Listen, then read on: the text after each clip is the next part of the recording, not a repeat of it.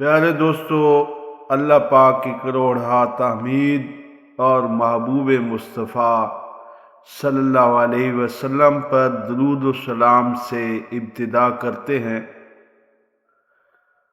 اللہم صلی علی محمد صلی اللہ علیہ وآلہ وسلم۔ تو دوستو، آج کی ویڈیو بہت ہی اہم ہے۔ ہم آپ کے لیے ایک اور معلوماتی ویڈیو لائے ہیں۔ امید ہے آپ کو پسند آنے کے ساتھ ساتھ آپ کے لیے بہت مفید ثابت ہوگی، تو ساتھ رہیے، پیش خدمت ہے۔ جس طرح سیب کو پھلوں کا بادشاہ کہا جاتا ہے، اسی طرح ٹماٹر کو بھی سبزیوں کا بادشاہ تسلیم کرنا چاہیے، کیونکہ غذائی اعتبار سے دونوں کے فوائد ایک جیسے ہیں۔ اگرچہ ٹماٹر ایک معمولی سبزی ہے، لیکن فوائد کے اعتبار سے دیکھا جائے تو اس کا درجہ بہت بلند ہے۔ یہ بچوں، نوجوانوں اور بوڑھوں کے لیے یکساں مفید ہے۔ آپ اسے باقاعدگی سے خود کھائیں اور خاندان کے دوسرے افراد کو بھی ضرور استعمال کرائیں۔ ٹماٹر اللہ تعالیٰ کی طرف سے انسان کے لیے ایک بہت بڑی نعمت ہے۔ جنوبی امریکہ کی یہ سبزی ہر مزاج کے لوگوں کا پسندیدہ پھل اور سبزی ہے۔ اس کا گودا پتلا اور لذیذ ہوتا ہے۔ اسے جنوبی امریکہ والے محبت کا پھل کہتے ہیں۔ اس کی متعدد اقسام ہیں۔ اس کی شکل کسی حد تک ناشپاتی سے ملتی جلتی ہے۔ میدانی علاقوں میں اس کی سال بھر میں 3 فصلیں اور پہاڑی علاقوں میں 1 فصل تیار ہوتی ہے۔ میدانی علاقوں میں جون سے اگست تک اور پہاڑی علاقوں میں اگست سے ستمبر تک فصل تیار کی جاتی ہے۔ موسم گرما کی یہ سب سے اچھی سبزی ہے۔ یہ ثابت ہو چکا ہے کہ ٹماٹر میں وٹامن سی وافر مقدار میں پائی جاتی ہے، جو بحالی صحت اور تندرستی کے لیے بے حد ضروری ہے۔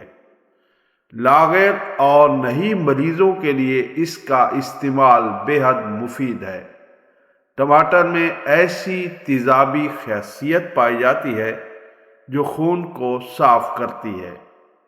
پیارے دوستو، جو بچے لاغر اور کمزور ہوں، انہیں روزانہ صبح ایک عمدہ ٹماٹر دھو کر کھانے کے لیے دیں، کیونکہ اس میں وہ تمام غذائی اجزاء موجود ہیں جو کسی بھی بچے کی پرورش کے لیے بے حد ضروری ہیں۔ اس کے استعمال سے بچوں کو دانت نکالنے میں بڑی سہولت رہتی ہے اور ان کا معدہ بھی ٹھیک کام کرتا ہے۔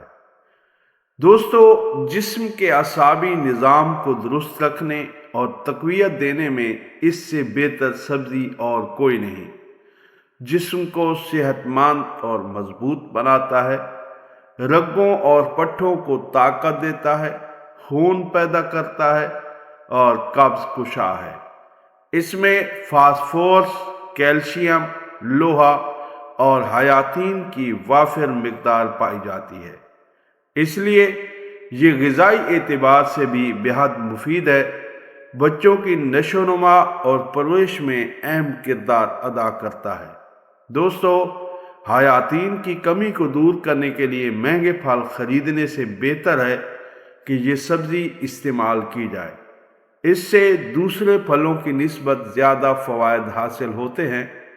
عزیز دوستو، وٹامن سی کی کمی جو دانتوں کی خرابی اور مسوڑوں میں پیپ آ جانے کا سبب بنتی ہے، اگر دن میں 3 بار 1 چھٹانک ٹماٹر کا رس روزانہ استعمال کیا جائے تو یہ مرض بہت جلد ختم ہو جاتا ہے، اور اس کے ساتھ ساتھ نروس سسٹم میں خرابی اور خون کی خرابی کو بھی آرام آ جاتا ہے۔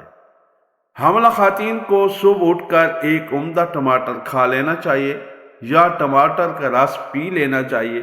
اس سے طبیعت میں متلی اور قے آنے سے دن بھر افاقہ رہتا ہے۔